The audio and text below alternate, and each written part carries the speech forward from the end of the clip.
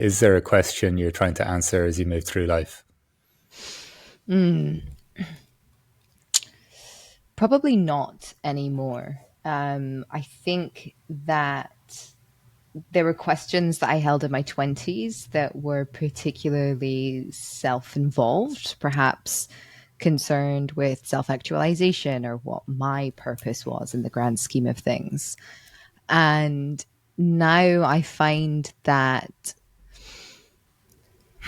holding space for uncertainty, which means perhaps just holding the question mark and not the words themselves, is the best way to roll with the punches. There are too many questions to be answered.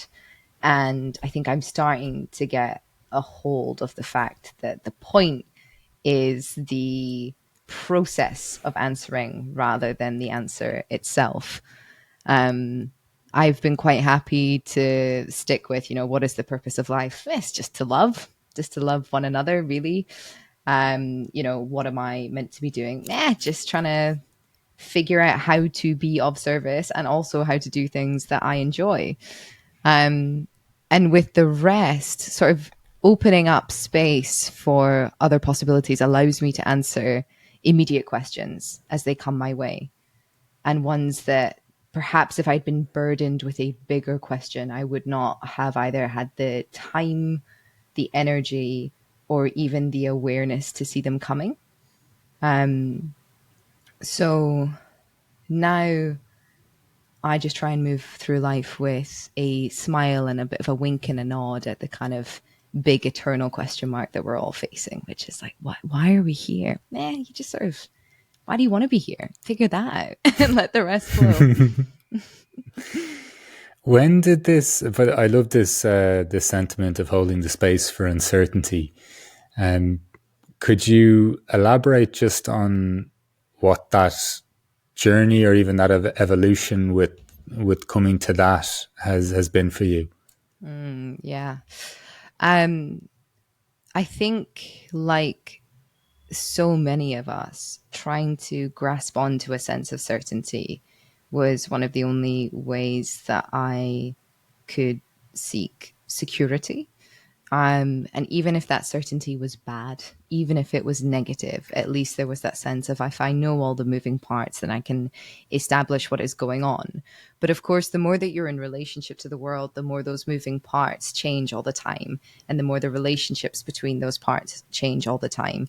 And so if you seek a sense of certainty, then essentially you seek a way of being frozen and of not evolving and of not being open to being impacted. And you can't be open to being impacted and changed by the world around you if you are just seeking to know the things that they are rather than to experience the things that they are.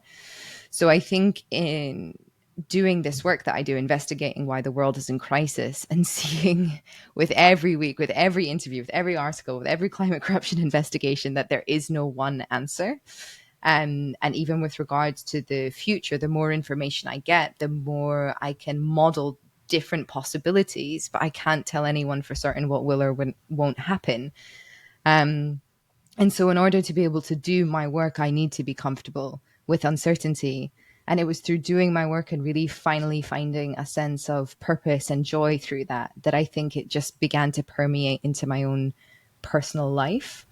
That life is full of surprises when you're not trying to hold everything in place. And as long as you have a sense of worth and a sense of trust within yourself to make the best possible decision at any given moment with the information that you have at hand, then it allows you to surrender, I think, more to all of the vagaries of possibility. So long story short, life has just gotten better since I started trying to give up some sense of control. It's gotten more exciting, it's gotten more loving, and I've gotten much, much more effective at being a human being, like a decent one. So yeah, I think through my work and learning about systems and then gradually just being so immersed in that, that's starting to permeate into who I am.